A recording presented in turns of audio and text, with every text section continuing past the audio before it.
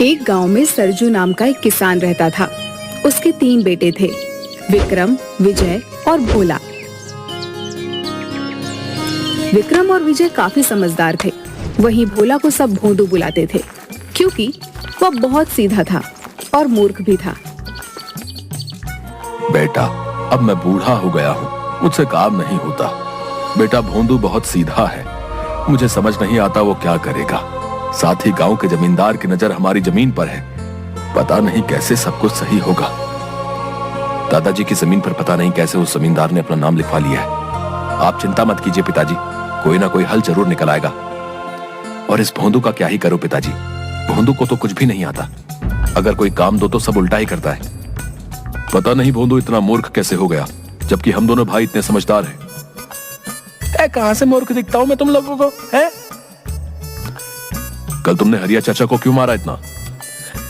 हरिया चाचा ने बोला मुझे चप्पल दे, मैंने उनकी बात मानी और उन्हें चप्पल दी। वो चप्पल पहनने के लिए मांग रहे थे, तुमने उन्हें चप्पल से मार ही दिया मूर्ख। इसे तो ये तक नहीं पता होता कि किसी इंसान से कौन सा काम करवाना है। मैंने इससे कहा जा खेतों से अनाज काट कर लिया। मैंने जाकर देखा ये बैठकर एक एक दाने को चाकू से काट रहा था। हाँ तो क्या, तुमने ही तो कहा था अनाज काट कर लाओ, वही तो मैं कर रहा था। भोंदू, तुझे बात समझ नहीं आती क्या? अनाज काटना यानी कि फसल काट कर लेकर आनी थी तुम्हें। पिताजी मैं तो वही करता हूँ जो मुझसे कहा जाता है। अब ये लोग ही मुझे गलत चीज बताए तो मैं क्या करूं? भोला के पिताजी को हमेशा भोला की चिंता लगी रहती थी। हे भगवान, पता नहीं भोले का क्या होगा, आप ही मेरे भोले की रक्षा कीजिए। किसान बूढ़ा हो गया था, इसलिए उनका निधन हो गया। अब भोला का कोई भी सहारा नहीं था। दोनों भाई भी भोला का मजाक उड़ाते रहते थे।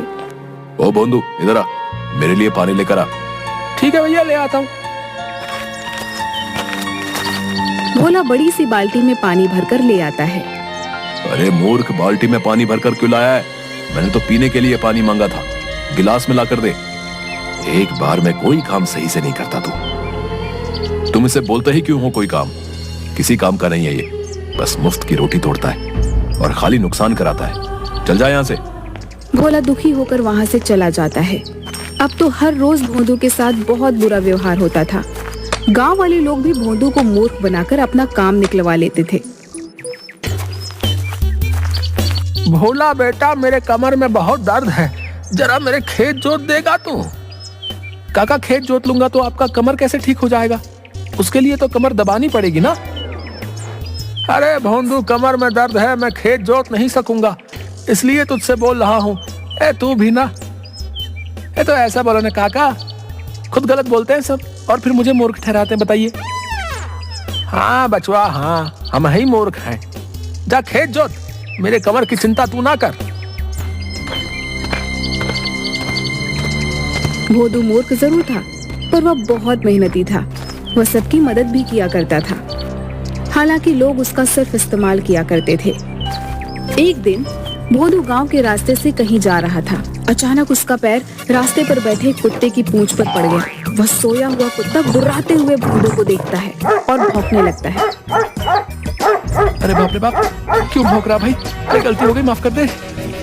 कुत्ता उसे दौड़ाने भी लगता है। माई रे माई, कहाँ फंस गया? बचाओ, कोई तो बचाओ रे। दौड़ते दौड़ते भोंदू जंगल में आ जाता है। वह जंगल के अंदर जाते जा रहा था। उसे पता ही नहीं था वह कहाँ जा रहा है। भोला भोंदू अपने घर का रास्ता भी भटक गया था। उसे जंगल की एक और लड़की दिखाई देती है जो सूखी लकड़ियों को जमा कर रही थी। ये कौन सी जगह है? ये तो जंगल है, आप यहाँ कैसे आ गए? यहाँ तो कोई आदमी नहीं आता जाता। मैं रास्ता भटक गया हूँ, मुझे नहीं पता मेरा घर कहाँ है। उसके बाद भोंदू ने सारी बात उस लड़की को बता दी। भोंदू की बातें सुनकर उस लड़की को पता चल गया कि भोला बहुत भोला है, जो अपने घर का पता भूल गया है। मेरा नाम रमा है। चलो कोई बात नहीं, जब तक तुम्हें तुम्हारे घर का पता नहीं मिल जाता तब तक तुम मेरे साथ मेरे घर चलो। मैं लकड़ियों को बेचकर अपना गुजारा चलाती हूँ, जो मिलेगा मिल बांट कर खा लेंगे, ठीक है? भोंदू खुश होकर उस रमा के साथ चला जाता है। लकड़ी बेचकर जो मिलता है वह लड़की खुशी खुशी मिल बांटकर खा लेती है। लेकिन भोदू का भोलापन अभी भी जारी था। वह अपनी हरकतों से सबको हंसाता रहता था। वहीं दूसरी ओर पता नहीं कहाँ चला गया वो भोंदू, मूर्ख कहीं का। एक तो खुद जमींदार ने हमारी जमीन ले रखी है, ये परेशानी क्या कम थी जो अचानक भोंदू भी गायब हो गया। मैं तो तंग आ गया हूँ। चिंता मत करो, कोई ना कोई रास्ता जरूर निकल आएगा। इधर कुछ दिन बाद भोदू जंगल में लकड़ी का गट्ठर उठा रहा था। लकड़ी का गट्ठर बहुत बड़ा और भारी था, जिसे भोदू ठीक तरह से उठा नहीं पा रहा था। अरे बाबा, ये लकड़ी का गट्ठर तो बहुत भारी है, उठ नहीं रहा। पता नहीं कैसे रमा इसे उठाती है। वहीं पास ही भोदू को एक पेड़ के नीचे एक साधु बाबा नजर आए, जो ध्यान लगाए बैठे थे। भोला भाला भोदू बिना कुछ सोचे समझे उन साधु बाबा को कहता है, ओ भाई, ये गठरी बहुत भारी है, थोड़ी मेरी मदद कर दो ना उठाने में। आप तो वैसे भी सो ही रहे हो। साधु ध्यान में मग्न था और साधु ने कुछ नहीं सुना। अरे अजीब इंसान है, नींद में इतना मग्न है कि किसी की कोई मदद को राजी नहीं है।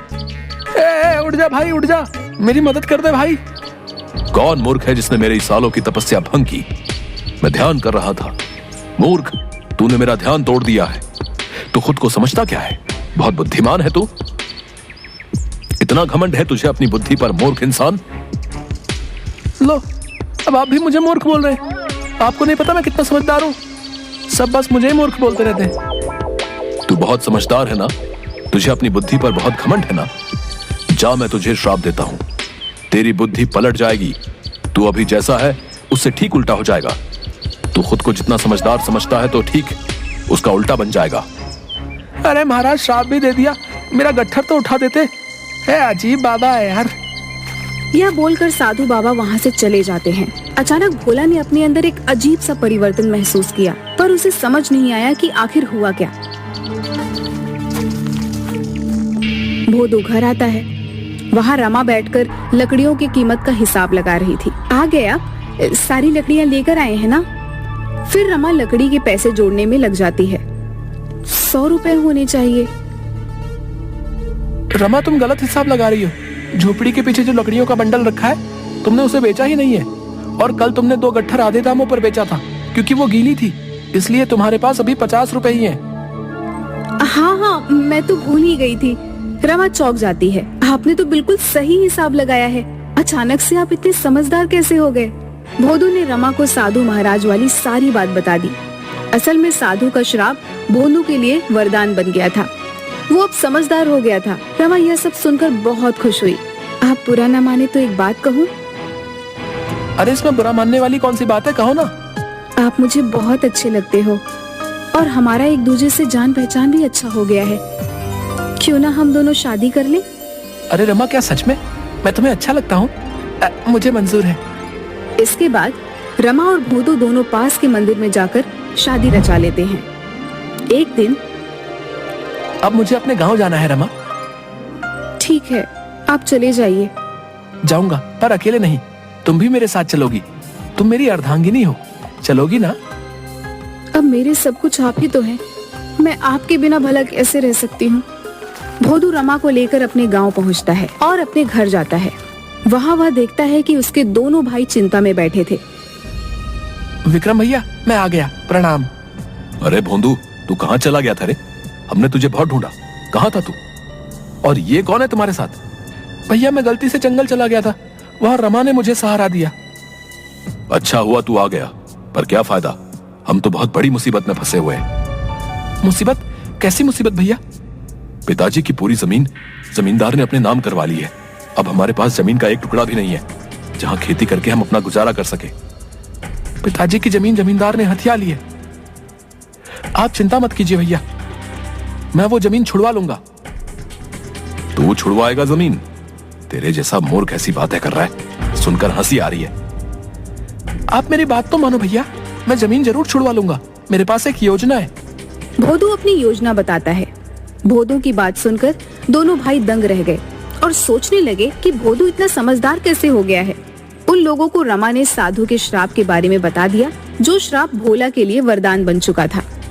भोंदू, जैसी योजना तुमने बनाई है हम वैसे ही काम करेंगे। मेरे भाई, तू ही हमें इस मुसीबत से बचा सकता है। भाई, आप फिक्र ना करो, अब देखो उस जमींदार को सबक कैसे मिलता है। अगले ही दिन गांव में यह खबर फैलती है कि भोला के पिता के खेत में एक चुड़ैल रात को घूमती है। आसपास के लोगों में डर का माहौल छा गया। ये खबर जमींदार के पास भी पहुंची। ये मैं क्या सुन रहा हूँ? ये चुड़ैल कहाँ से आ गई?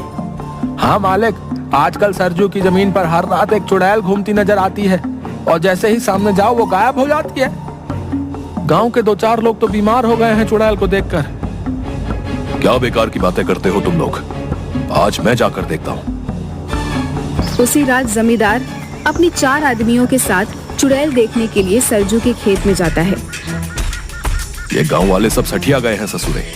न जाने कौन सी चुड़ैल दिखाई देती है इन्हें।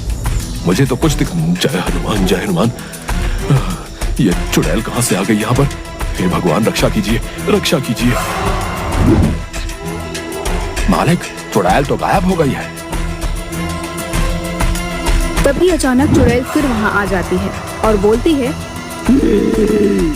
ये जमीन किसकी है? मुझे बहुत पसंद है। अब तो मैं यहीं रहूंगी हमेशा। इस जमीन पर जिसने अपना हक जताया है वो मारा जाएगा। हाँ, तुम्हें मरना है। हे भगवान, आज बचा लो। कोई जमीन नहीं चाहिए। कभी मुड़कर इस जमीन की तरफ भी नहीं देखूंगा। राम राम राम राम, मरा मरा मरा मरा। सब के सब लोग वहाँ से डरकर भाग जाते हैं। दूसरे ही दिन जमींदार ने वह जमीन विक्रम और विजय को वापस लौटा दी। अरे विक्रम बेटा, मुझसे गलती हो गई। ये जमीन तो सरजू की थी और उसी की रहेगी। हाँ, ये रहे तुम्हारे जमीन के कागज। हाँ लाओ इधर। और दूसरी बात, अगर गलती से भी हमारी जमीन पर नजर डाली ना तो हमसे बुरा कोई नहीं होगा। वाह भोंदू, वाह क्या दिमाग हो गया है रे तेरा। तेरे प्लान ने तो सच में हमारी जमीन वापस लौटा दी। और हाँ, रमा भाभी भी कमाल की कलाकार है। चुड़ैल बनकर क्या खूब डराया जमींदार को। धन्यवाद रमा, हमारी इतनी मदद करने के लिए। धन्यवाद किस लिए जी? अब मैं भी तो इसी घर की सदस्य हूँ ना। अब तो हम सब लोग मिलकर रहेंगे। भोला को पता था कि डर से किसी भी चीज को आसानी से हासिल किया जा सकता है। इस तरह भोला की होशियारी और रमा के साथ से उन्हें उनकी जमीन वापस मिल गई।